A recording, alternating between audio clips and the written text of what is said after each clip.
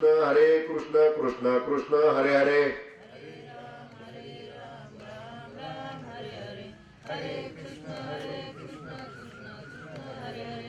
हरे राम राम राम हरे हरे हरे कृष्ण कृष्ण कृष्ण हरे हरे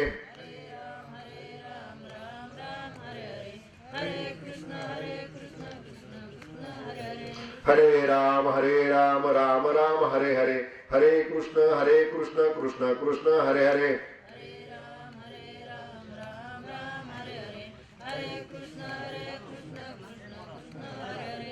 पुंडलिकावरदे विठ्ठल श्री ज्ञानदेव तुकाराम पंढरीनाथ भगवान की जय माऊली ज्ञानेश्वर महाराज की जय जगद्गुरु तुकाराम महाराज की जय सद्गुरु श्री संत शेख मोहम्मद महाराज की जय सब संतन की जय सिद्धेश्वर भगवान की जय हर हर महादेव।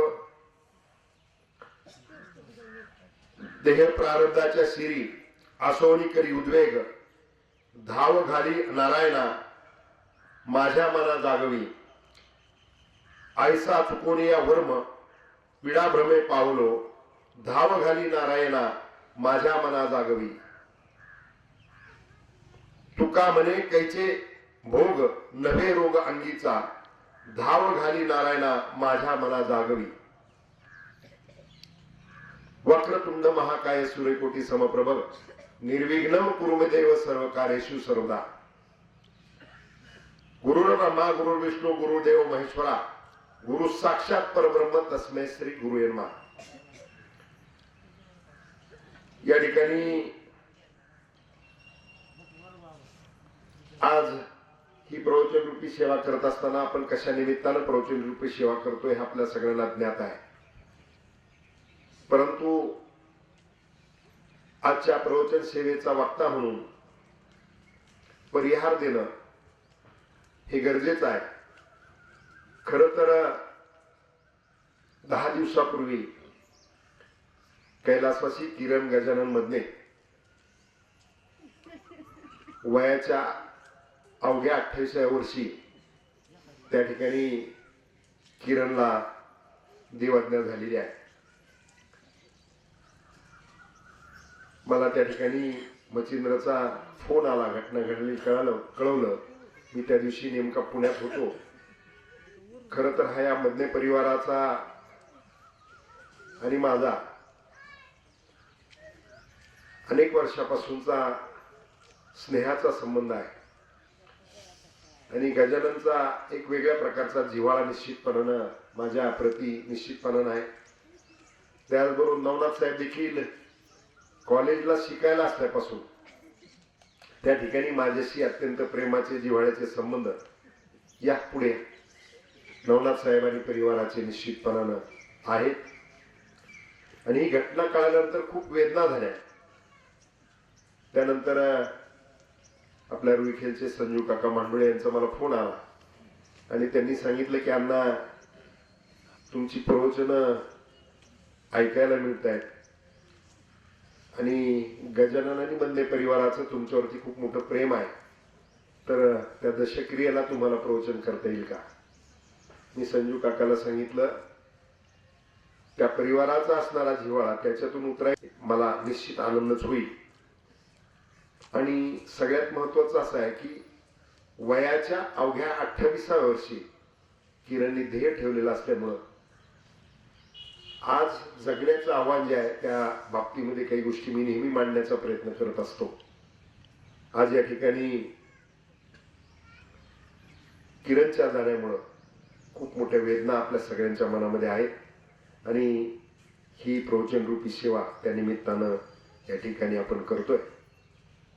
आणि या प्रवचन रूपी सेवेसाठी खरं तर एक वेगळा अभंग घेतलेला आहे। देहाचं महत्व सांगणारा अभंग घेतलाय। हा काय आपल्या सगळ्यांच्या फार परिचयाचा अभंग आहे असा अभंग नाही। हा अभंग जगतवंदनीय जगत जेते श्रीमंत संत जगद्गुरु तुकाराम महाराजांचा 4 चरणाचा अभंग आहे। देह प्रारब्धाच्या शिरी आसोनी करी उद्वेग धाव घाली नारायणा माझ्या मना जागवी ऐसा चुकोनिया वर्म पिडा भ्रम पावलो धाव घाली नारायणा माझ्या मना जागवी तुका म्हणे कैचा भोग नवे रोग अंगीचा धाव घाली नारायणा माझ्या मना जागवी. हा अभंग या ठिकाणी देहाच्या बाबतीमध्ये त्या ठिकाणी देहाचं महत्व सांगणारा अभंग या ठिकाणी आजच्या सेवेसाठी घेतलेला आहे. त्या अभंगाचा भावार्थ सांगत असताना जगद्गुरु तुकाराम महाराज प्रारब्ध मनाचा भ्रम ईश्वर स्मरण आणि दुःखाचे खरे स्वरूप याचा अत्यंत सूक्ष्म अर्थ सांगतात आणि प्रत्येक ओळीच्या यानं तो भावार्थ त्या ठिकाणी मी आपल्या सगळ्यांच्या समोर मांडण्याचा प्रयत्न करणार आहे. या ठिकाणी जगद्गुरु असं सांगतात की हा देह प्रारब्ध कर्माच्या ओझ्याखाली आहे आणि त्यामुळे तो सतत अस्वस्थता निर्माण करतो. मानवी देह हा पूर्वजन्माच्या कर्मावर आधारित आहे आणि त्या कर्मफळामुळे देहाला सुख दुःख भोगावे लागतात. त्यामुळे देह स्वतःच चिंता वेदना आणि अस्वस्थता निर्माण करतो. धाव घाली नारायणा माझ्या मना जागवी हे नारायणा धाव घेऊन ये आणि माझ्या मनाला जाग कर अशा प्रकारे तुकाराम महाराज या ठिकाणी सांगतायत. तुकाराम महाराज इथे ईश्वराकडे विनंती करतात की देहाच्या आणि मनाच्या त्रासातून सुटका व्हावी भ्रम नष्ट व्हावा यासाठी परमेश्वरानं माझ्या मनामध्ये विवेक जागवावा अशी प्रार्थना तुकोबाराय या ठिकाणी परमेश्वराला करतायत. ऐसे चुकुनिया वर्म पिडा भ्रमे पावलो. भावार्थ असा आहे की खरे सत्य ओळखण्यात चूक झाल्यामुळे मी भ्रमात पडलोय आणि त्यामुळे मला पीडा भोगावी लागते. दुःखाचे मूळ बाह्य कारण कारणात नसून अज्ञान आणि भ्रमात आहे असे सांगत देहाला सर्व काही मानणे हे चुकीचं आहे असं तुकाराम महाराज या ठिकाणी या ओवीच्या निमित्तानं सांगत असताना तुका म्हणे कैचा भोग नव्हे रोग अंगीचा. तुकाराम महाराज म्हणतात हे खरे दुःख भोग नसून अंगाचा रोगही नाही. इथे तुकाराम महाराज स्पष्ट करतात की खरी पीडा शारीरिक नाही तर मानसिक आध्यात्मिक. जेव्हा भ्रम नष्ट होतो तेव्हा दुःखही नाहीसे होते. सोप्या शब्दात जर सांगायचं झालं तर मानवी देह हा प्रारब्ध कर्मामुळे दुःख निर्माण करतो पण खरे दुःख देहात बसून मनाच्या भ्रमात असते. ईश्वर स्मरणाने मन जागे झाले की भ्रम दूर होतो आणि दुःख नाहीसे होते असा या अभंगाचा गाभा आहे. अभंग आम्ही सांगितलं तसं की फार आपल्या नेहमीच्या ऐकण्यातला नाही पण मी वेगळा अभंग घेतला त्याचं कारण आजचा प्रसंग तसा आहे. वयाच्या अवघ्या 28व्या वर्षी घरातला तरुण कर्तबगार चांगल्या प्रकारचं शिक्षण घेऊन रामकृष्ण या स्वतः नोकरी करून परिवाराला एक आधार निर्माण करण्याचा प्रयत्न. खरं तर उमललेली कळी ते जीवन आदर्श जगण्याचा प्रयत्न करत असताना एक परिवाराचा आधारस्तंभ असणारा एक 28 वर्षाचा तरुण सोडून जातो याचे इतकं दुःख नाही. वृद्धापकाळानंतर घरातली व्यक्ती गेली तर त्याचं दुःख आहेच. दुःख नाही असं नाही परंतु दुःखाची तीव्रता कमी आहे. सहज बोलताना माणूस म्हणतो पिकलं पान गळालं परंतु घरातला तरुण व्यक्ती गेला तर त्याचा आघात जो आहे तो सगळ्या परिवारावरती खूप मोठा आघात निश्चितपणानं होतो. तसा आघात आज या ठिकाणी झालेला आहे. म्हणून अभंगाचं निरूपण करत असताना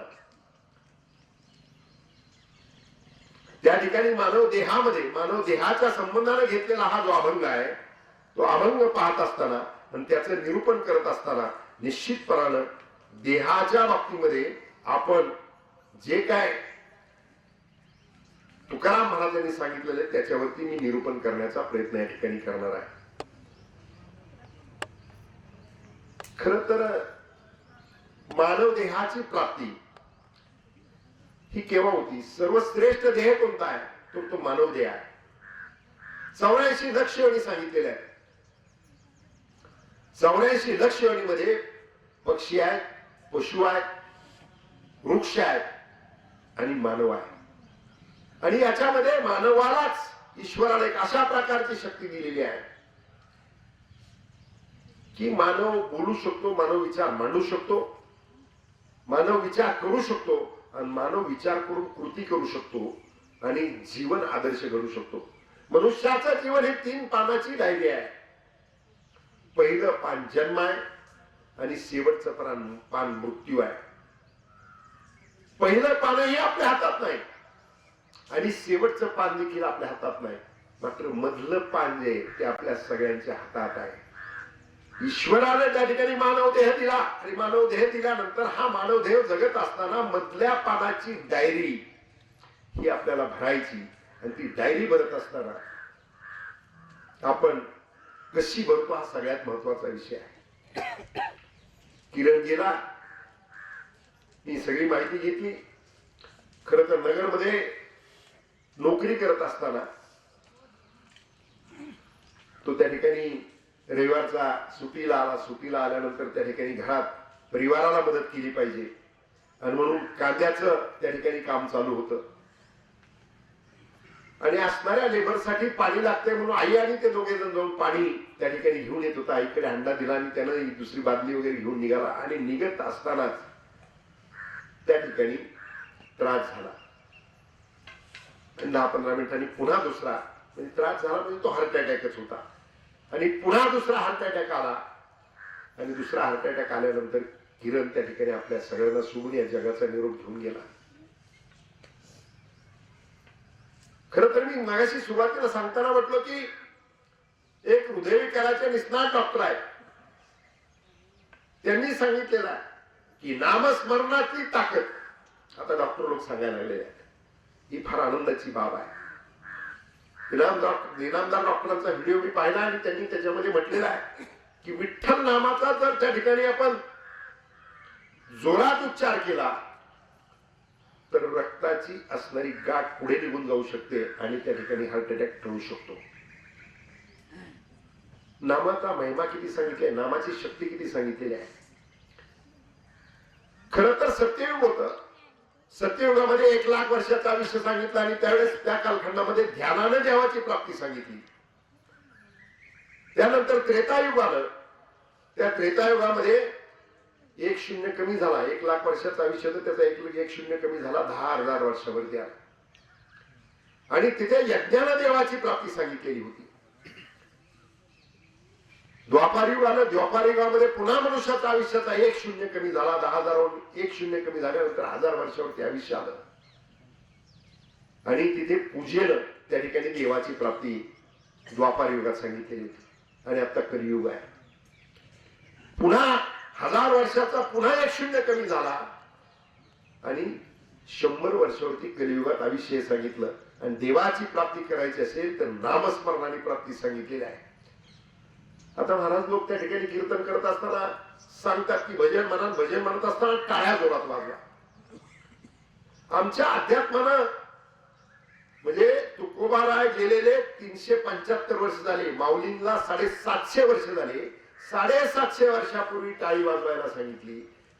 450 वर्षापूर्वी पुन्हा तुकाराम महाराजांनी अनेक अभंग ऐकलेले टाळी वाजवायला सांगितली. शास्त्र त्याच्यामध्ये फार महत्वाचं आहे. आपल्याला टाळी वाजवायला लाज वाटते. माणसं सहज म्हणतील, लोक काय म्हणतील. आमच्यासारखे पुढारी ते कीर्तनात प्रवचनात बसल्यानंतर त्यांना वाटतं की कशी टाळी वाजवावी, लोक आपल्याकडे वागतायत. पण टाळीचं शास्त्र असं आहे, हातावर हात आपटल्यानंतर तुमच्या हातामध्येच त्या ठिकाणी आरोग्याचे सगळे पॉइंट्स आहेत. आता रामदेव पाठच सांगत आहेत आणि मग लोक बदालीत आहेत. नाकाला नख घाशीत आहेत का केस गळू नये, काळे व्हावा याच्यासाठी. टाळीचं शास्त्र असं आहे की हातावर हात त्या ठिकाणी तुम्ही जेवढ्या जोरात टाळी वाजवाल तेवढ्या वेळामध्ये तुम्हाला ॲक्युप्रेशरचे सगळे पॉइंट्स दाबले जातात. तुमच्या शरीरातला सगळा निगेटिव्ह एनर्जी बाहेर जातात आणि पॉझिटिव्ह एनर्जी तुमच्या जीवनामध्ये तुमच्या शरीरामध्ये येतात. आणि म्हणून टाळीचं महत्व सांगितलेलं आहे, नामस्मरणाचं महत्व सांगितलेलं आहे. आणि कलियुगामध्ये त्या ठिकाणी नामस्मरणानं देवाची प्राप्ती आहे, एवढं सोपं साधन आपल्याला सांगितलेलं आहे. देवानं आपल्याला देह दिला तो देखील भजनासाठी दिलेला आहे. देवे दिला भजना गोमटा. मग आता भजनाला दिला, आपण भजन किती करतोय? सहज माणसं म्हणतात की भजनाला वेळ कुठे? वेळच नाही. हा, तुम्ही वेळ नाही म्हणून सांगता. सगळ्या संतांना आपलं जीवन जगत असताना, जीवन जगताना अध्यात्माच्या मार्गाने स्वतःची उंची गाठत असताना समाजाच्या, मानव जातीच्या, प्राणी मात्राच्या कल्याणासाठी संतांनी काम केलेलं आहे. ज्ञानेश्वर माऊली म्हणतात की त्यांनी पसायदान दिलं, पसायदानाच्या माध्यमातून सांगितलं, दुरितांच्या तिमिर जाओ, विश्व स्वधर्म पाहू, जो जे वांछील तो ते लावू. आपल्याला याच्यातली एकच ओवी आवडती, जो जे वांछील तो ते लावू. म्हणजे ज्याला जे पाहिजे ते त्याला मिळावं असं ज्ञानेश्वर माऊली म्हणले. पण त्याच्या अगोदर त्यांनी म्हटलेलं आहे, दुरिताच्या तिमिर जाओ, विश्व स्वधर्म सूर्य पाहू. दुरितांचे तिमिर म्हणजे काय? अज्ञान रूपी अंधार जो आहे तो आमच्यातला जाओ. आणि स्वधर्म सूर्य म्हणजे काय? स्वधर्म सूर्य म्हणजे कोणता धर्म सांगितलं नाही, हिंदू, मुस्लिम, ख्रिश्चन, इसाई असा धर्म नाही सांगितला. मानवता हा धर्म सांगितलेला आहे. आणि मानवता धर्म सांगून मानवाचंच नाही नुसतं, तर सगळ्या प्राणी मात्राचं कल्याण या ठिकाणी ज्ञानेश्वर माऊलींनी मागितलेलं आहे. आणि तिथे पुढे म्हटलेलं आहे की जो जे वांछील तो ते लाभो. संतांनी आपल्या जीवनामध्ये त्या ठिकाणी समाजाच्या कल्याणासाठी खूप काम केलं. देव कशात पाहिला? बाळूमामांचं जर बघितलं तर त्यांची बाळूमामांची मेंढरं आणि त्यांचं नित्य कर्म करून बाळूमामांनी त्या ठिकाणी अध्यात्माच्या पाऊलवाटेवरून एक वेगळ्या प्रकारची उंची गाठून सगळ्यांच्या कल्याणाचे मंत्र दिले. संत सावतामाळींनी आपल्याला सांगितलं, खरं तर भागवत संप्रदाय एवढी मोठी ताकद आहे की सगळ्या धर्मांना, सगळ्या जातींना सामावून घेण्याचं काम या भागवत संप्रदायाने निश्चितपणाने केलेलं आहे. सावता महाराजांनी कशात पांडुरंग बघितला? कांदा मुळा भाजी अवघी मिठाई माझी. कांदा मुळा भाजी याच्यात देखील पंढरीश पांडुरंग त्या ठिकाणी सावता महाराजांनी पाहिला. आरंभला त्या ठिकाणी मोड धरून त्या ठिकाणी मोठ्याचं पाणी पाटातून चाललं की वाफ्यात पाणी मोडल्यानंतर सावता महाराज म्हणायचे, पाण्याला असाच वाहत जा आणि माझ्या पंढरीश पांडुरंगाचं भेट घेऊन ये. त्या पाण्यामध्ये पांडुरंग पाहत होते, त्या पाण्याला पांडुरंगाचं दर्शन घे म्हणून सावता महाराज सांगत होते. आणि म्हणून सावता महाराज आरणवरून पंढरपूरला किती वेळ गेले मला माहित नाही, पण पंढरीचा पांडुरंग सावता महाराजांकडे अनेक वेळेस आला. कारण देव भावाचा भुकेला आहे. देव हा भावाचा भुकेला आहे. म्हणून कुठल्याही संतांनी तुम्हाला सांगितलेलं नाही काम धंदा सोडा आणि भजन करा असं सांगितलेलं नाही. अरे कामामध्ये काम कुणी म्हणा राम राम. काम करताना आपण खर तर नांगर धरला तर हात गुंतलेले असतात. आता नांगर धरायचा आणि हात गुंतायचा प्रश्नच नाही, ट्रॅक्टर आहे. पण ट्रॅक्टर जरी धरला तरी स्टिअरिंग धरलं, खाली क्लच आहे आणि तुमचं ब्रेक आहे. हात आणि पाय गुंताय, तोंडाला काय काम आहे? तोंडानं जर देवाचं नामस्मरण केलं, बरं बोलत नाही का आपण? आता जो जेथल्या गावावरून आला असेल तिथून इथपर्यंत येईपर्यंत जर जोडीदार असेल तर बोलला का नाही सांगा बरं मला? आपण बोलतोच. आपण फार जगाच्या कल्याणाचा विचार करतो. संतांनी आपल्या कल्याणाचा विचार सांगितला. पण आपण हे सगळं बोलण्यापेक्षा देवाचं नामस्मरण केलं तर निश्चितपणानं आपल्या आयुष्याचं कल्याण आहे. देवानं देह त्याच्यासाठी दिलेला आहे. प्रपंच झाला नाही का? तर संतांचाही प्रपंच झाला. सगळ्या संतांनी, सद्गुरु संत शेख मोहम्मद महाराजांनी योग संग्राम ग्रंथ लिहिला, साहित्य लिहिलं, काव्य लिहिलं. एक अद्भुत असणारी शक्ती संत शेख मोहम्मद महाराज होते. खरं तर संत शेख मोहम्मद महाराजांच्या बाबतीत सांगायचं झालं तर असे एक संत की त्यांना धार्मिक कार्य करण्यासाठी भागवत संप्रदायाचा प्रसार आणि प्रचार करतायत म्हणून छत्रपती शिवरायांचे आजोबा मालोजी राजांनी श्रीगोंद्यात आणलं. त्यांना विचारलं, त्याला गुरु करून घेतला. कोणी गुरु करून घेतलं? छत्रपती शिवाजी महाराजांचे आजोबा मालोजी राजे. त्यांनी सद्गुरू संत शेख मोहम्मद महाराजांना गुरु केलं आणि ते म्हणे तुम्ही धर्म कार्य जे करताय त्याच्यासाठी तुम्हाला सुपीक भूमी कोणती आहे? त्यांनी सांगितलं श्रीगोंदा. श्रीगोंद्यात आणलं त्यांना, मकरंद पेठ बसवली, मठ बांधून दिला आणि मठ बांधून देऊन त्यांना त्या ठिकाणी इनाम दिला की तुमच्या सगळ्या व्यवस्थेसाठी तुम्हाला एवढी एवढी शेत जमीन दिली जाते. विलक्षण कसं आहे बघा. एकीकडे मालोजी राजाने श्रीगोंद्यात इनाम दिला आणि दुसरीकडे वाहिऱ्यामध्ये औरंगजेबाने इनाम दिला. मालोजी राजाने धर्म कार्यासाठी दिला आणि औरंगजेबाने चमत्कार पाहिल्यानंतर दिला. पहिलं तर त्या ठिकाणी मुस्लिम धर्मात जन्माला आला, भागवत धर्माचं काम करतोय, भागवत धर्माचा प्रसार करतोय, कसा हा? आणि म्हणून मोहम्मद महाराजांना बोलवलं. त्यांनी केलेला चमत्कार आपल्या सगळ्यांच्या निश्चितपणाने माहितीत असेल. औरंगजेबाचा काफेला चाललेला होता आणि तो सगळा काफेला चाललेला असताना हे विठ्ठल विठ्ठल विठ्ठल विठ्ठल नामस्मरण करत चाललेले होते. त्या काफिल्याला असा प्रश्न पडला की औरंगजेबाचं सैन्य चाललंय, हम जा रहे और हमारे बाजू में विठ्ठल विठ्ठल करता है, कौन है ये? मात्र प्रत्येक गावात माणसं कलाकार असतातच. मोहम्मद महाराजांविषयी चुकीचा शब्द वापरून एकानं सांगितलं की हा मोहम्मद आहे, अरे ते तो मुस्लिम आहे, तो भी विठ्ठल विठ्ठल करताय. मग त्या एका शिपायाला सांगितलं 7 बिगारांच्या डोक्यावरचं ओझं एकत्र करा आणि विठ्ठल म्हणतोय म्हणून याच्या डोक्यावर ठेवा. मोहम्मद महाराजांच्या डोक्यावरती ते ओझं ठेवण्याचा प्रयत्न झाला. मोहम्मद महाराजांच्या डोक्यापासून 1.5 फूट वर ते ओझं चालत होतं. महाराज जसे चालले तसं ते गाठोडं चाललेलं होतं. महाराजांच्या डोक्याला ते गाठोडं स्पर्श करत नव्हतं. बोले जादूगर आहे. पारुडी बुरुडीला औरंगजेबाचा काफेला थांबणार होता. औरंगजेबाचं जेवण वगैरे सगळ्या गोष्टी तिथे ठरलेल्या होत्या. मग सगळी हकीकत सांगितल्यानंतर औरंगजेबाला सांगितलं की दोपहर के खाने पर उसको मेरे साथ बुलाना है. गोहत्या झालेली होती, त्याचं मटण त्या ठिकाणी मांस बनवलेलं होतं. मोहम्मद महाराजांना त्या पंक्तीला बसवलं, ते वाढलं त्यांना. मोहम्मद महाराजांनी पांडुरंगाला हात जोडले आणि हे माझ्या समोर काय आले म्हणून बुक्का काढला, बुक्का त्या ताटात फक्त टाकला. मोहम्मद महाराजांच्याच नाही तर औरंगजेबा सकट सगळ्यांच्या ताटात जायची फुलं तयार झाले.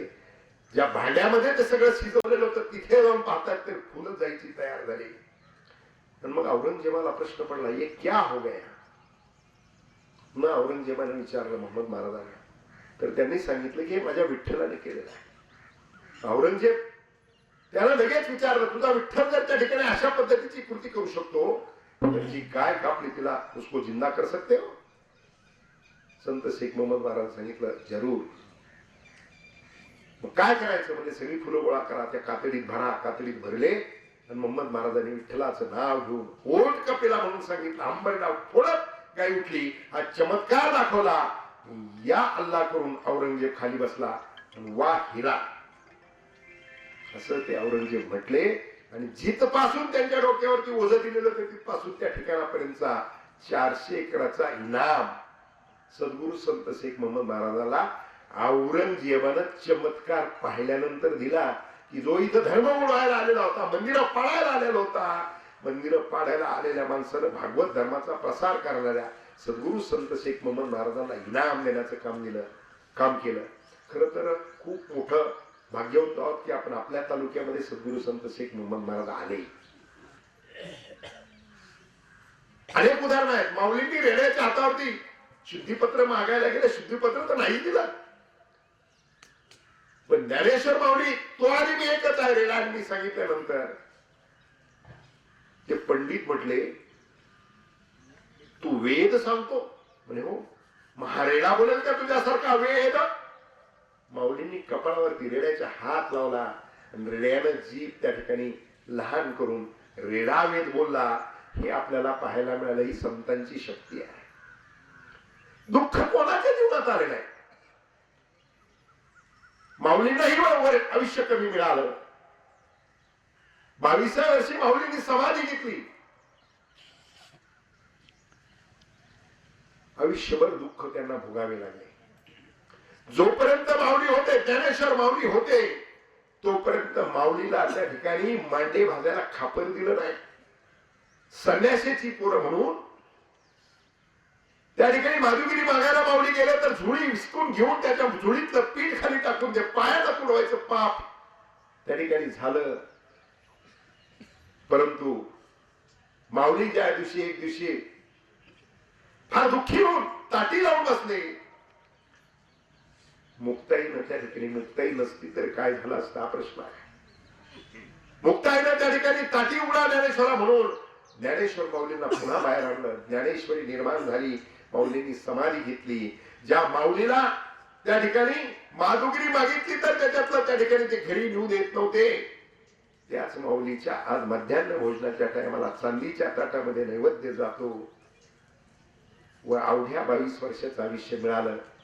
परंतु 750 वर्ष झालं माऊलींचं नाव घेतल्याशिवाय कुठलाही कीर्तनकार प्रवचनकार पुढे जाऊ शकत नाही. 375 वर्ष तुकोबारायांना झाले.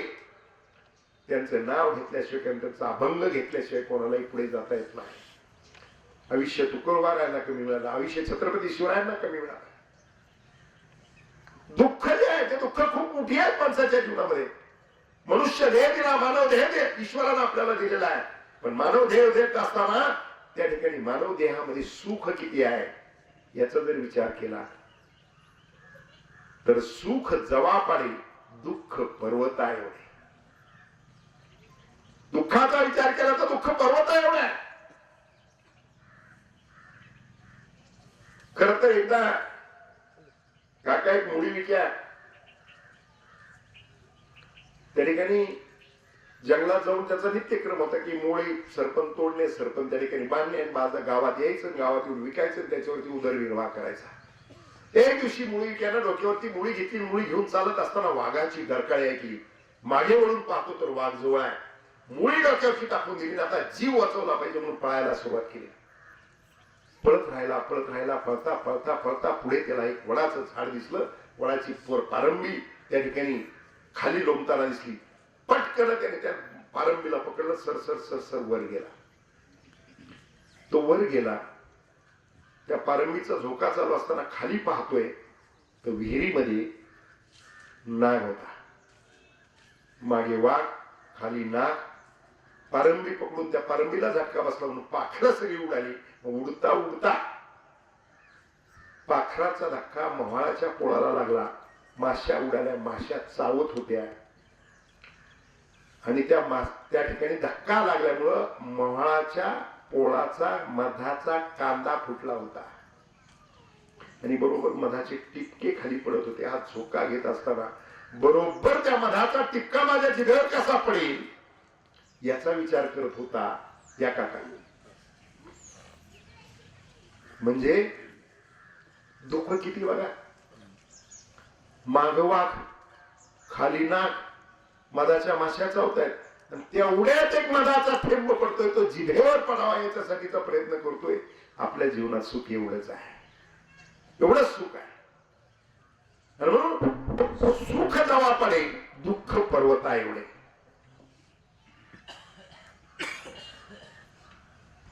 खूप दुःख म्हणून मानव देहामध्ये, मानव जन्मामध्ये खूप दुःख त्या ठिकाणी निश्चितपणे आहे.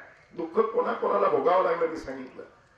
दुःखातून सुटका ना देवाची झाली म्हणजे देवाने अवतार घेतला. गैरसमज व्हायला नको. देवाची नाही झाली म्हणजे देवच सगळं करतो, देवाची कसं काय नाही झाली.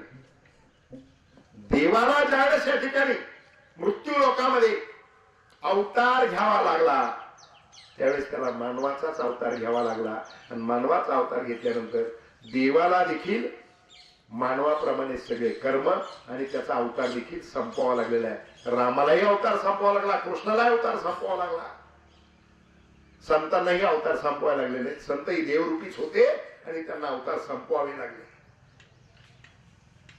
हा फेरा जो आहे तो फेरा सगळ्यांसाठी आहे. जन्म मृत्यूचा फेरा हा कोणालाही चुकत नाही. जो जन्माला आला त्याला मृत्यू आहेच.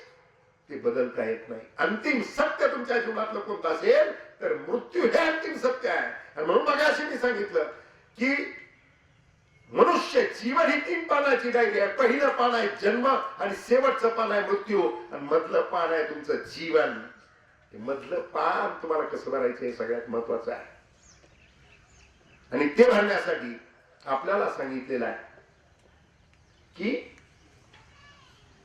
नामस्मरण करा, देवाचं नाव घ्या, देवे दिला देह भजना घोमटा, हे याच्यासाठी सांगितलेलं आहे. दुःखाचं आपण जर पाहिलं, आध्यात्मिक सगळा जर अभ्यास आपण जर केला, रामायणाच्या कथा पण अनेक ऐकल्या का, पण रामायणाच्या कथा ऐकून आपण त्याच्यातून काय घेतला हा सगळ्यात महत्वाचा विषय आहे. आपण सगळे सामाजिक जीवनावर काम करणारे लोक आहोत. सगळ्यात महत्वाचा वेदना देणारा आजचा प्रसंग कोणता असेल तर लग्न झालेला परिवार ते सुखी परिवार राहतो का हा प्रश्न आहे. खरं तर सुख कुठं मॉलमध्ये विकत नाही मिळतो. सुख आपण निर्माण करायचंय, आनंद आपण निर्माण करायचा, घराचं मंदिर आपण करायचंय, ही आपल्यावरती जबाबदारी आहे. परंतु काळ बदलला आहे. अनेक गोष्टी आपल्यासारख्यांच्या समोर येतात. नवरा बायकोचा वाद, सासू सुनेचा वाद आणि त्याच्यातून घर तुटलेली अनेक उदाहरणं आपल्याला पाहायला मिळतात. काही महिलांच्या बाबतीत तर असं, आपण ज्यावेळेस आपल्या समोर चर्चेला मिटवायला ज्यावेळेस येतं त्यावेळेस तिनं मुलीनं सांगितलं मला की आज संध्याकाळपर्यंत तुम्ही किंवा भाऊ जर माझा आला नाही तर मी तुम्हाला दिसणार नाही. कोणतं संकट आहे याचं चिंतन निश्चितपणाने अत्यंत गांभीर्याने करण्याची आवश्यकता आहे. सुविधा आल्या, साधनं आल्यामुळे प्रॉब्लेम निर्माण झाले. पूर्वी लग्न झाल्यानंतर मुलगी वाटायला होत असताना सगळं घरदार रडत होत, पण आईवडील मुलीला सांगत होती की आईवडिलांचं नाव किंवा त्यांना खाली मान घालावी लागेल असं कधी वागू नको. ज्या दिल्या घरी सुखी राहा आणि शेवट देखील तुझा तिथंच आहे असं सांगत होते ना जुन्या काळात. आता मोबाईल आल्यामुळे एवढं दिवसभरामध्ये इतके फोन होतात आणि त्या फोन मधून सगळे प्रॉब्लेम निर्माण होतात. ज्या ज्या आयांनी त्या ठिकाणी मुलीच्या संसारात लक्ष घातलं तिथं गडबड झाली आपल्याला पाहायला मिळते. बघा अभ्यास करून तुम्ही, अनेक हजारो केसेस आमच्या सारख्याच्या हातून गेल्या आणि ते आम्ही पाहिलेलं आहे. दुःखाचा विचार करतो, अडचणीचा विचार करतो, संकटाचा विचार आपण करतो. अरे या सगळ्या गोष्टीचा विचार करत असताना रामायण जर आपण ऐकलेलं असेल तर रामायण किती गांभीर्याने आपण ऐकलं याचा विचार करा. बसावा. रामायणामध्ये कोणती सीता? रामाची पत्नी. एवढंच आपल्याला माहितीये. जनकराजाची कन्या एवढीच आपल्याला माहितीये. पण त्या सीतेचं जीवन आपल्या माय मावल्यांनी सगळ्यांनी आपल्या नजरेसमोर निश्चितपणे आणलं पाहिजे. सीता मातेचा जन्म झाला, कुठे जन्म झाला माहित आहे? जनक राजा सोन्याचा नांगर घेऊन त्या ठिकाणी दुष्काळ पडलेला आहे म्हणून त्या ठिकाणी त्या दुष्काळातून मार्ग काढायचा म्हणून सोन्याचा नांगर घेऊन जनक राजा ज्यावेळेस नांगराला निघाला त्या नांगराच्या फळाला शेतामध्ये एक कलश सापडला आणि त्याच्यात सीतामाई सापडली. अरे जेव्हा जन्म घ्यायचा होता, अवतार घ्यायचा होता, जन्म घेत असताना जन्माला आईची कूस मिळाली नाही. भूमी प्रकट झाली, भूमीतून ती प्रकट झाली, भूमीतून सीतामाता बाहेर आली. सीतामाता मोठ्या झाल्यानंतर म्हणजे सापडल्यानंतर जनक राजाने त्यांना दत्तक घेतलं. आकाशवाणी झाली, जनक राजाने दत्तक घेतलं. सगळं सविस्तर सांगत नाही पण जनक राजाने दत्तक घेतलं. जनक राजाची कन्या म्हणून सीतामाता आपण पाहतो. आणि सीतामाता त्या ठिकाणी ज्यावेळेस त्यांचा स्वयंवर रचला गेला, तो स्वयंवर त्या ठिकाणी जिंकण्यासाठी अनेक महाराजे आले होते, राजे महाराजे सगळे आलेले होते. तिला प्रश्न होता की कोण हा शिवधनुष्य उचलणार आहे आणि कोण माझा पती होणार आहे. तो प्रभू रामाने उचलला. प्रभू रामाने उचलल्यानंतर आनंद झाला. प्रभू रामाला फूल माला घालायला सीतामाई ज्यावेळेस समोर गेल्या त्यावेळेस मंगलवाद्य वाजलं नाही. परशुराम प्रकट झाला आणि परशुरामाने विचारला शिवधनुष्य कोणी तोडला? मंगलवाद्य नाही. म्हणजे जन्माला आईची कूस नाही, भूमीतून प्रकट व्हावं लागलं. स्वयंवर ज्यावेळेस रचला त्यावेळेस त्या ठिकाणी रामासारखा पती मिळाला. त्याच्या गळ्यात हार घातला. हार घातल्यानंतर मंगलवाद्य वाजल्याची ऐवजी परशुरामाला ज्याला हा धनुष्य तोडलाय त्याला मी मृत्यूदंड दिल्याशिवाय राहणार नाही हे त्या ठिकाणी परशुरामानं गोंधळ घातला. मंगल वाद्य नाही, परशुराम प्रकट. लग्न होऊन अयोध्येत गेली. मंथरा आणि कैकेयी प्रकट. कैकेयीने तरीकडे रामाला वनवासाला जायला सांगितलं. वनवासाला गेली, तिथे रावण प्रकट. रावणाने अपहरण करून गेली, अशोक वाटिकेमध्ये ठेवली.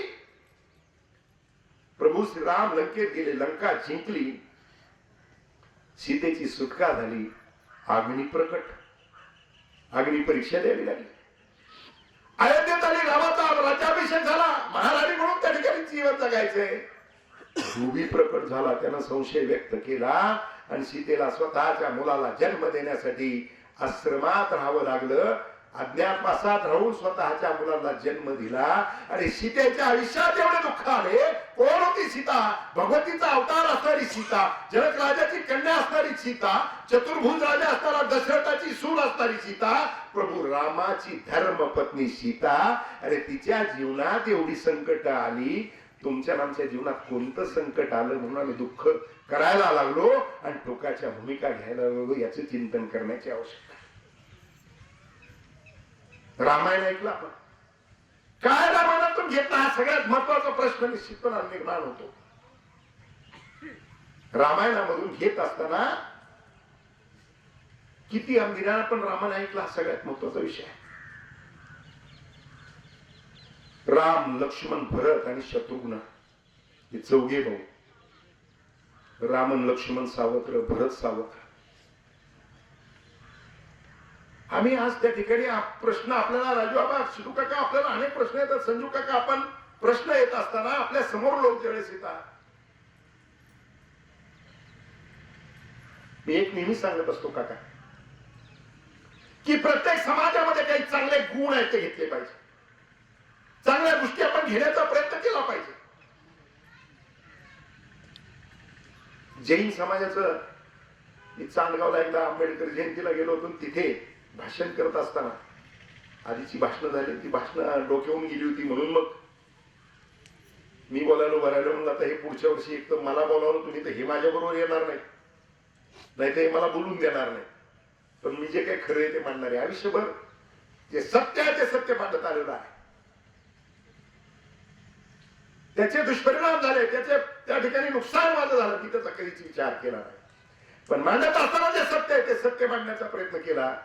तिथे बोलत असताना किंवा अनेक वेळेस त्याच्यानंतर देखील काका मी बोललो, जैन समाजाचा त्या ठिकाणी मारवाडी समाजाचे लोक आपल्या गावात आले, त्यांचं दुकान जर टाकलं तर येताना ते भांडवलाची गुंतवणूक वगैरे कमी प्रमाणात असते. पाटील बरोबर आहे ना? पण 4 डबे घेऊन आला आणि आता 4 मजल्याची माडी बांधली, अशी आपले लोक चर्चा करतात. ही चर्चा करत असताना त्याचे कष्ट, त्याची चिकाटी, त्याचा प्रामाणिकपणा, त्याचा पैशाला पैसे जोडण्याचा प्रमाण असेल, त्याचा विचार कधी केला नाही. आणि त्यांच्या घरात तंटा नाही, ह्याही गोष्टीचा कधी विचार केला नसेल. एक संघ आनंदी पद्धतीने जीवन जगण्याचा प्रयत्न करत असताना जर 2 मुलं झाली, ती मुलं कर्तव्यकारीला आली, तर त्या मुलांचं वाटप करत असताना त्यांचं घरात बसून होतं. मला तर नाही कधी मारवाड्याच्या वाटपाला कधी बोलवलं. तुम्हाला बोलवलंय कोणाला? त्यांचं वाटप गावात कळत नाही. 2 भावाची 2 दुकानं झाल्यानंतर जर पहिल्या दुकानात, जुन्या दुकानात एखादं ग्राहक गेला आणि त्यांनी जर म्हटलं की ही वस्तू पाहिजे आणि त्याच्याकडे ती नसल, तर तो म्हणतो पलीकडच्या गल्लीत आपलं नवीन दुकान झालेलं आहे, तिथं ते आहे, मला माहिती, तिथे जा. मारवाड्यांचं वाटप झालेलं गावाला कळत नाही. आमचं वाटप गावाला कळाल्याशिवाय होत नाही. काय रामायण ऐकून आम्ही शिकलो? खरंय का कुठे? आम्हाला आमचं घरात नाही करत. अरे भावाभावाचं वाटप आहे, 2 पावलं मागे पुढं, काय फरक पडतो त्याने? सरस निरस मागे पुढे सरकून संपवले पाहिजे विषय. होत नाही. आपण सगळं गाव गोळा करतो, नुसतं गाव गोळा करून भागत नाही. वाटपात वाद झाला की भाऊ भावाशी बोलत नाही. काय मर्दुमकी? 10 वर्ष झालं त्याच्याशी मी बोललो नाही. अरे काय मर्दुमकी? काय त्याच्यात मर्दुमकी आहे? पराक्रम कुठे दाखवायचा असतो? पराक्रम बाहेर दाखवायचा असतो, पराक्रम घरात दाखवायचा नसतो. मग रामायणातून आपण काय शिकलो? रामायण काय? रामायण आहे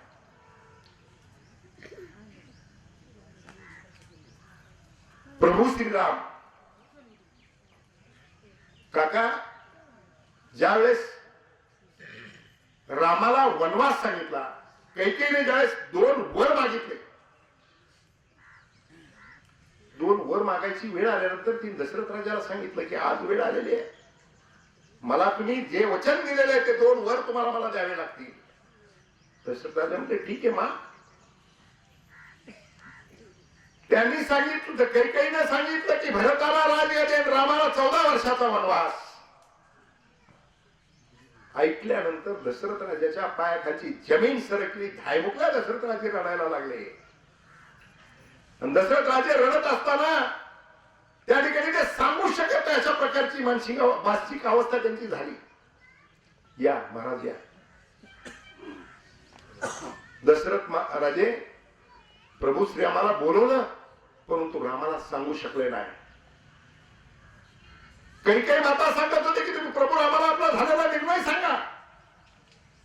दशरथ राजे फक्त रडत होते. प्रभू रामाला विचारलं काय झालंय, काय असा प्रसंग आहे. दशरथ राजे सांगू शकत नाही. शेवटी प्रभू श्रीराम कैकेयीला म्हटले माते तुम्ही सांगा. आणि मग कैकेयीने सांगितलं की असं असं ठरलेलं आहे, भरताला राजगादी आणि तुला 14 वर्षाचा वनवास. प्रभू श्रीराम हसले आणि असं स्वीकारलं. राम वनवासाला गेल्यानंतर राम राम करत दशरथाने प्राण सोडला. पण सगळं जर आपण पाहिलं, कोण भरत भरत सावत्र भाऊ, कोण लक्ष्मण लक्ष्मण सावत्र भाऊ. प्रभू श्रीराम वनवासाला निघाले. वनवासाला निघाल्यानंतर लक्ष्मण राया त्यांची आई सुमित्रेकडे गेले आणि त्यांनी सांगितलं की मां मुझे एक वचन चाहिए, आई मला एक तुझं वचन पाहिजे. सुमित्रा मातेने सांगितलं रे वचनानं एवढा गोंधळ झालेला आहे, कशाचं वचन मला वाटतोय. नाही म्हणे तुला वचन देते, हे जोपर्यंत बोलत नाही तोपर्यंत मी मागणार नाही, बोलणार. ठीक आहे तू सांगशील ते तुला वचन द्यायला मी तयार आहे सांगितलं. मग लक्ष्मण म्हणतो की मला माझे बंधू प्रभू श्रीराम यांच्या बरोबर वनवासात जायचंय, मला अडवू नकोस, हे वचन मला दे. त्यावेळेस सुमित्रा म्हणते बाळा तू हे वचन नाही मागितलं, रघुकुलाचा विश्वामध्ये नाव मोठं करण्याचं वरदान तू मागितलेलं आहे, ते वरदान मी तुला देते, मी तुला अडवणार नाही. कोणती आई येऊ सावत्र मुलाबरोबर स्वतःच्या मुलाला पाठवे. लक्ष्मण 14 वर्ष वनवासासाठी गेले. जाताना धर्मपत्नी त्या ठिकाणी उर्मिलेला विचारलं नाही, तिला न विचारता 14 वर्ष वनवासाला. आपण सीतेचा रामाचा वनवास पाहतो, सगळ्या परिवारानं भोगलेले दुःख आणि वनवास हा निश्चितपणाने लक्षात घेण्याची आवश्यकता आहे. आज प्रसंग तशा पद्धतीचा आहे आणि म्हणून त्या पद्धतीच त्या ठिकाणी मी मांडणी आपल्या सगळ्यांच्या समोर करणार आहे. आणि अभंग देखील तशाच प्रकारचा घेतलेला आहे, कोणालाही फार परिचित असणारा अभंग नाही. देहाचं महत्व सांगणारा अभंग. आणि हे सांगत असताना लक्ष्मण प्रभू रामाच्या बरोबर वनवासाला गेले. वनवासाला जात असताना ज्यावेळेस लक्ष्मण गेले, भरत बाहेर होते, भरताला काहीच माहित नाही. आणि भरताला ज्यावेळेस कळालं की दशरथ राजा गेले, हे कळाल्यानंतर भरत आहे त्याच्या दिशेने निघाला. आणि दशरथ राजे का गेले विचारल्यानंतर सांगितलं की असं असं झालंय की तुमच्या आईनं तुम्हाला राजगादी मागितली आणि रामाला वनवास मागितला. भरत दरबारात आल्याबरोबर त्यानं आईला तुला तो परत कधीच मी आई म्हणणार नाही हे भरताना सांगितलं. काय मागितलं होतं आईनं? राजगादी. राजगादी पोराला मागितल्यानंतर किती पोरगा खुश व्हायला पाहिजे. तर आईशी बोलला नाही. बसा पत्रकार. आणि भरत पुन्हा काही झालं तरी रामाला परत आणायचं. रामाचा पहिला मुक्काम भारद्वाज ऋषींच्या आश्रमामध्ये पहिला मुक्काम रामाचा झाला. आणि तिथून निघाले दुसऱ्या मुक्कामासाठी जात असताना, चित्रकूटला जात असताना भरतानं त्या ठिकाणी काही करून रामाला परत आणायचं असं ठरवलं. म्हणून भरत निघत असताना भरत एकटे निघाले नाही, तिने आयांना बरोबर घेतलं, लक्ष्मणाची पत्नी बरोबर घेतली, स्वतःची पत्नी मांडवीला बरोबर घेतलेला आहे, ऋषी घेतलेला आहे. राजा जनकांना बोलून येतलं, त्यांना बरोबर येत नाही, कारण प्रभूला मला परत ऐकता नाही, त्यांना वनवासाला जाऊ द्यायचं नाही, त्यांना राजगादीवर बसवायचं, हा आग्रह भरतानं धरला. गेला. पहिला मुक्काम त्यांचाही भारद्वाज ऋषीच्या आश्रमातच पडला. भरत सकाळी निघत असताना भारद्वाज ऋषीने भरताचा चेहरा पडलेला पाहिला. विचारलं भरताला. भरताचा राजा म्हणूनच आता स्वीकार झालेला होता. म्हणजे महाराज तुमचा चेहरा जो आहे तो पडलेला आहे. त्यानं सांगितलं भरतानं की होय ऋषी राम मला माफ करतील की नाही याचा विचार करतोय. त्याने का बरं? आता भरताची चूक होती का? भरताला राजगादी कैकेयीने मागितली, आईने मागितली, पण भरत म्हटला की माझ्यामुळे रामाला वनवासाला जावं लागलं याचं दुःख मला आहे आणि मला राम माफ करतील की नाही हे त्या ठिकाणी मला चिंता वाटते. आणि मग भरद्वाज ऋषीनं सांगितलं. राम सकाळी त्या ठिकाणी विधी करत असताना ज्यावेळेस एक विधी करत होते, ब्राह्मणानं हातात पाणी दिलं आणि ते मंत्र म्हणत असताना परत ज्यावेळेस उल्लेख आला, रामाच्या हातातलं पाणी खाली पडलं. राम गडबडून रडायला लागले, माझा भरत माझा भरत म्हणून राम रडायला लागले. हे भरताविषयीचं रामाचं प्रेम भारद्वाज ऋषीनं सांगितल्यानंतर भरत पुढे निघाले. राम चित्रकूटला विश्रांतीसाठी पोहोचलेले असताना रामानं सांगितलं. वनदेवी प्रसन्न झाली. रामाला चित्रकूटामध्ये तुम्ही विश्रांतीसाठी आला, माझ्या परिसरामध्ये तुम्ही आलात, मी तुमची काय सेवा करू शकते विचारलं. प्रभू श्रीरामानं सांगितलं की कुटी बांधेल, फळ खाईल, मी कसंही राहील, मला माझी काळजी करू नका, पण वनदेवीला आदेश दिले की मी ज्या रस्त्यावर त्या रस्त्याचे सगळे काटे काढून टाका. वनदेवी म्हणते की तुम्ही तर त्या रस्त्याने आला, माता काटे का काढायचे? माझा भाऊ भरत मला शोधत येणार आहे, तो शोधत आल्यानंतर त्याला काटे टोचू नयेत, काटे मोडू नयेत, त्यासाठी काटे काढा. वनदेवी म्हणती आदेश आज्ञेप्रमाणे मी सगळं करते. पण वनदेवीच्या मनामध्ये शंका निर्माण झाली आणि वनदेवी म्हटली की महाराज प्रभू, अयोध्येचा राजा भरत दशरथ पुत्र रामाचा बंधू एवढा नाजूक आहे की त्याला काटे टोचतील. प्रभू राम सांगतात नाही, तो तर वज्रदेवी आहे,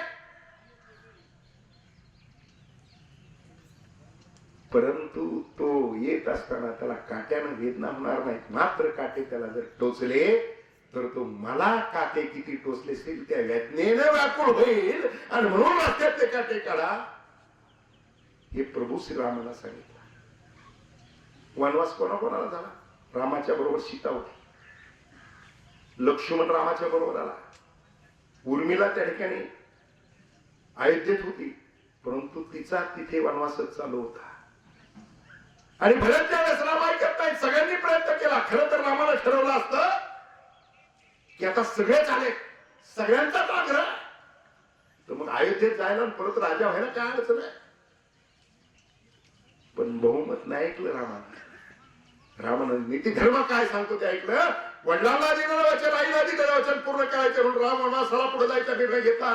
भरताला परत जायला सांगितलं. भरताला राज्य कारभार कसा करायचा त्याच्या 4 गोष्टी सांगितल्या आणि आईचा सन्मान कर हे सांगितलं आणि भरताला परत जावं लागलं. सगळे परत आले. परत आल्यानंतर भरतानं रामाच्या पादुका सिंहासनावर ठेवून राज्य केलं. इथपर्यंत आपल्याला माहिती आहे. पुढचं सगळ्यात महत्वाचं आहे. एक दिवशी रात्री भरताची धर्मपत्नी वरच्या मजल्यावरून फिरत होती, तिची सावली खाली दिसत होती. मग कौशल्या मातेने पाहिले की वर कोण फिरतंय म्हणून ती वर जाते, पाहते तर मांडवी फिरत होती, भरताची धर्मपत्नी. तिला विचारलं की उशीर खूप झाला, तू झोपली काय नाही अजून? ती म्हणे झोपते. म्हणे भरत झोपलेला असेल त्याच्या कक्षात जाते. म्हणे ते इथं कुठं आहे? म्हणे कुठे आहे भरत? तर ते म्हणे त्यांनी सांगितलं रामाचा वनवास जोपर्यंत चालू आहे तोपर्यंत राम भूमीवरती झोपणार आहे आणि म्हणून मी राजमालात राहणार नाही. त्यांनी नंदीग्रामला कुटी बांधलेली, त्या कुटीमध्ये त्या ठिकाणी ते झोपतायत, तिथे राहतायत, तिथूनच सगळा कारभार चालवत आहे. कौशल्याने ऐकल्यानंतर पायाखालची जमीन सरकली. तुला बरोबर गेलं नाही का? तिनं सांगितलं मी बरोबर जायचं म्हणत होते, पण सांगितलं माझ्या 3ही माता इथे आहे, त्यांची काळजी घेण्यासाठी तू इथे थांब. आणि जोपर्यंत राम वनवासावर येत नाही तोपर्यंत मी भूमीवरती झोपणार आहे, त्या कुटीतून मी इकडे येणार नाही, अशा प्रकारचं भरतानं सांगितलं. म्हणजे राम वनवासाला गेले, राम आणि सीता वनवासाला होते, त्यांच्यावर लक्ष्मण होता. इकडे वर्मिलाही राजमहालात राहत होती मात्र वनवासात होती, मांडवी राजमहालात राहत होती मात्र वनवासात होती. आणि भरत राज्यकारभार करत होता, पण नंदीग्रामला कुटी बांधून त्या कुटीतून राज्यकारभार करत होता. हे सावत्र बंधू होते, परंतु प्रेम काय होतं रामायणातून आणि काय घेतला हा सगळ्यात महत्वाचा भाग आहे.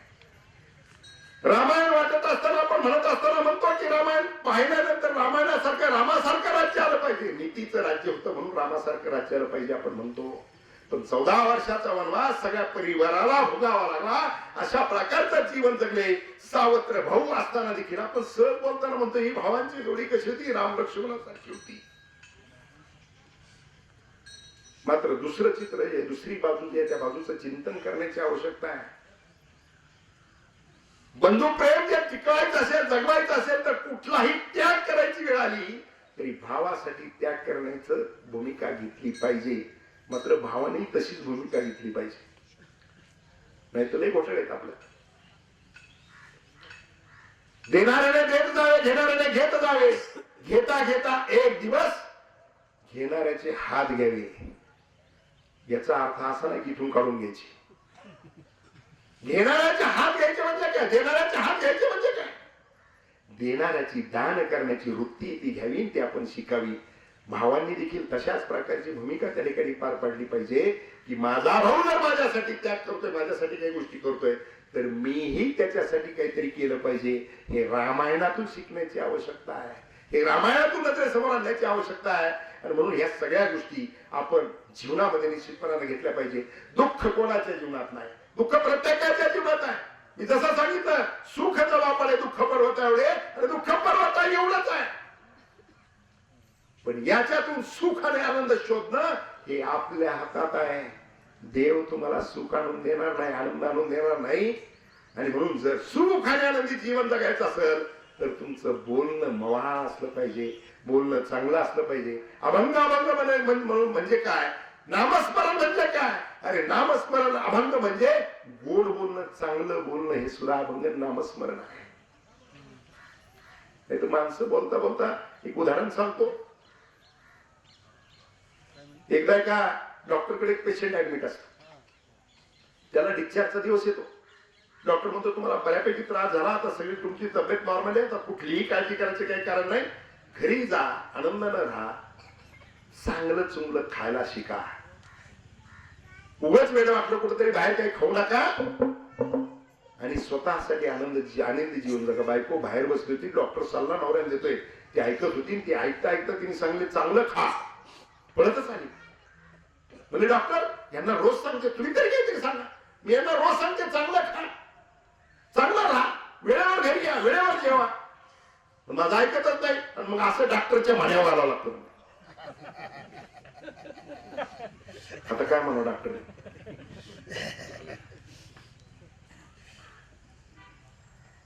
भजन म्हणजे काय, तुमच्या तोंडातनं येणारं वाक्य त्या ठिकाणी सगळ्यात महत्वाचं असतं.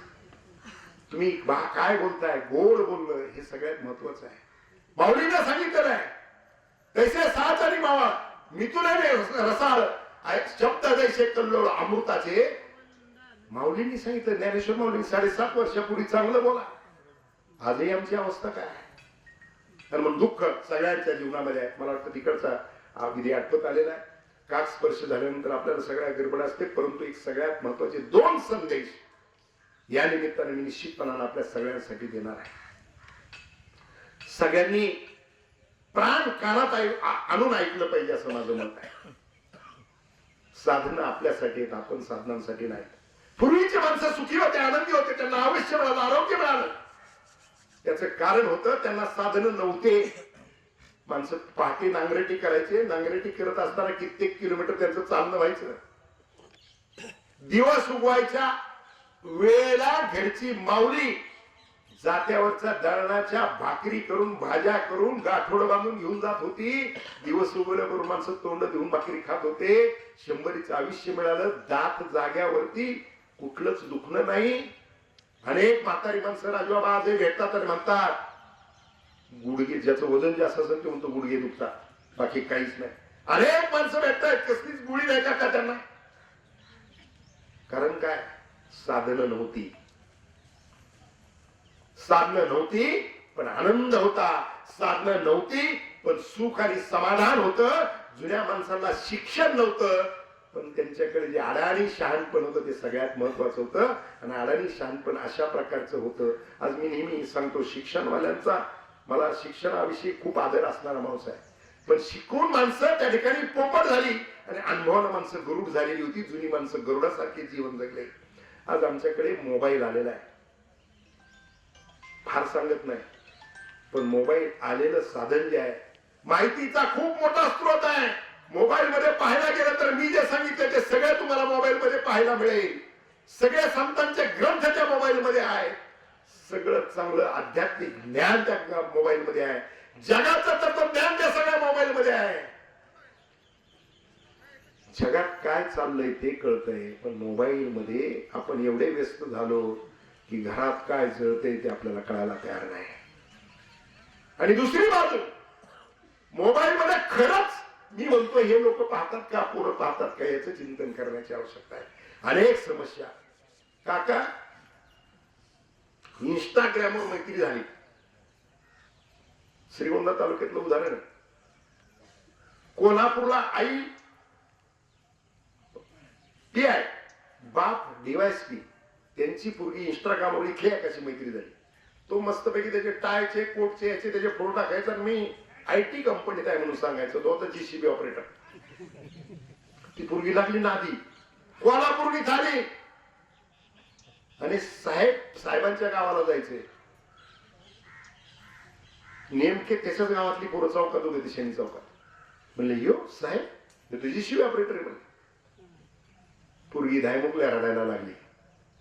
पण फौजदारची पोरगी होती, डीवायएसपीची पोरगी होती, तिच्या डोक्यात पटकन आलं. ती पोलीस स्टेशनला गेली. माझी फसवणूक झाली, सांगितलं माझे आई वडील असे आहेत म्हणून सांगितलं. तिकडे संपर्क झाला, ते परत पाठवलं, सगळ्या गोष्टी घडल्या. आता ही पोरगी तिला सुचलं म्हणून मोबाईल या साधनाचा उपयोग किती चुकीच्या पद्धतीने, मध्यंतरी पबजी नावाचे गेम चालू होते, कितीतरी पोरांनी आत्महत्या केल्या. हे यंत्र जे आहे ते यंत्र कोण किती वापरते, त्या यंत्राच्या आम्ही किती अधीन झालो. अरे ते मोबाईल हे शस्त्र जे आहे ते त्या दोन्ही बाजूचं आहे, दुधारी आहे. चांगल्या पद्धतीने घेतलं तर त्याच्यातून कल्याण होऊ शकतं, मात्र चांगल्या पद्धतीने घेण्याची संख्या खूप कमी आहे. आणि म्हणून त्या मोबाईलचा वापर याला बंधनं आली पाहिजे. लेकरांच्या हातात मोबाईल देऊ नका. लहानपणीचं आपण जर बघितलं तर आपला जन्म झाला त्यावेळेस काका 1.5 महिना आपली आई अंधारातून बाहेर आलेली नाही, का तर डोळ्यावर परिणाम होऊ नये म्हणून. आता जन्मच हॉस्पिटलमध्ये मोठमोठ्या फोकस मध्ये बाळासाहेब, आणि त्यात मोबाईलनं मुलांची डोळे खराब होत आहेत. मोबाईल हे साधन त्या ठिकाणी आहे, परंतु अडचणीचं आहे, याचं चिंतन करण्याची आवश्यकता आहे. आणि दुसरा आणि सगळ्यात महत्वाचा आपल्या सगळ्यांच्या पुढे जगण्याचा आव्हान आहे. 28 वर्षाचा तरुण गेलाय, 28 वर्ष वय. सहज चालता बोलता हृदयविकाराचा तीव्र झटका, आईच्या समोर त्याला प्राण सोडला. केवढी मोठी यात वेदना आहे, केवढं मोठं दुःख आहे. या दुःखाला या प्रवचन रूपी सेवेतून मी मांडत असताना दुःख हलकट करण्याचा अनेक संदर्भ देऊन प्रयत्न केलेला आहे.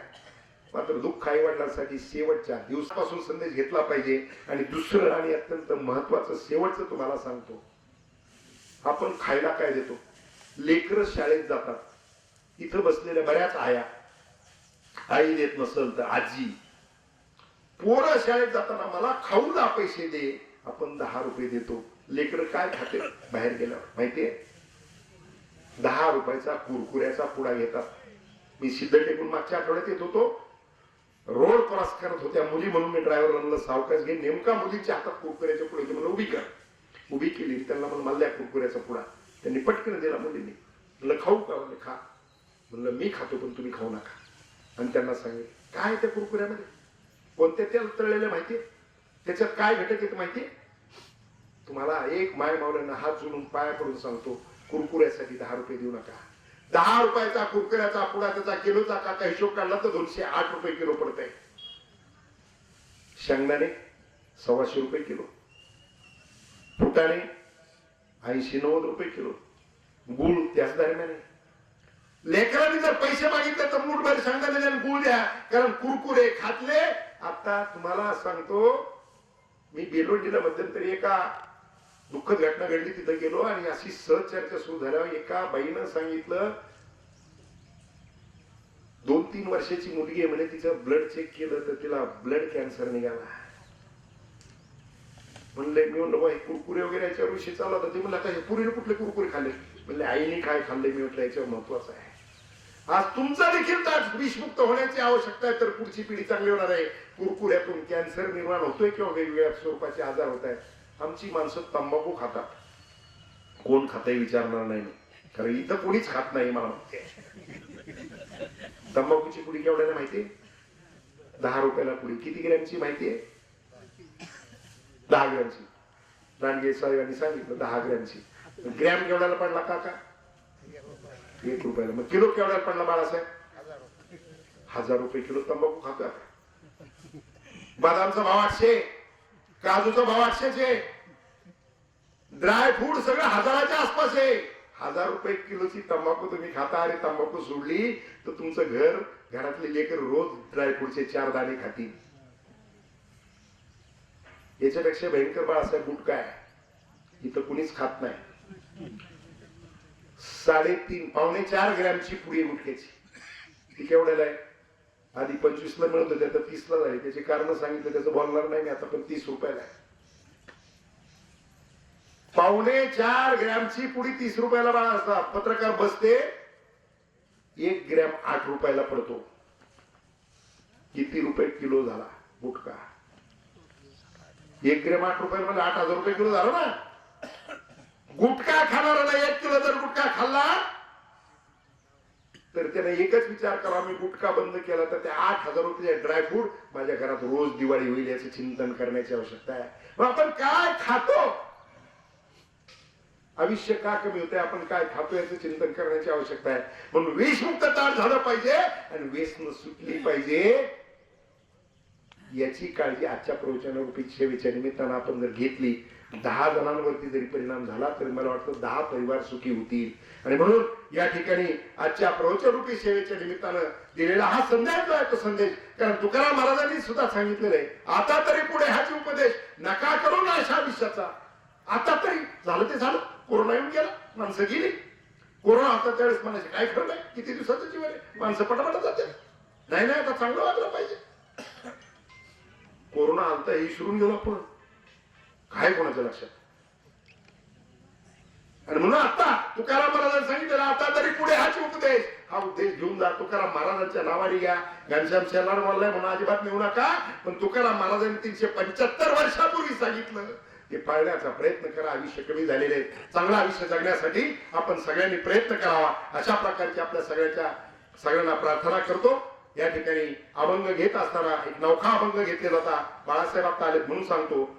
देह प्रारब्धाचे शिरी आसोनी करी उद्रेक, धाव घाली नारायणा माझ्या मना जागवी. ऐशी चुकुनी वर्म पिढा भ्रमे पावलो, धाव घाली नारायणा, धाव घाली नारायणा माझ्या मना जागवी. तुका म्हणे कैचे भोग नवे रोग अंगीचा, धाव घाली नारायणा माझ्या मना जागवी. हा अभंग आजच्या सेवेसाठी घेतलेला आहे.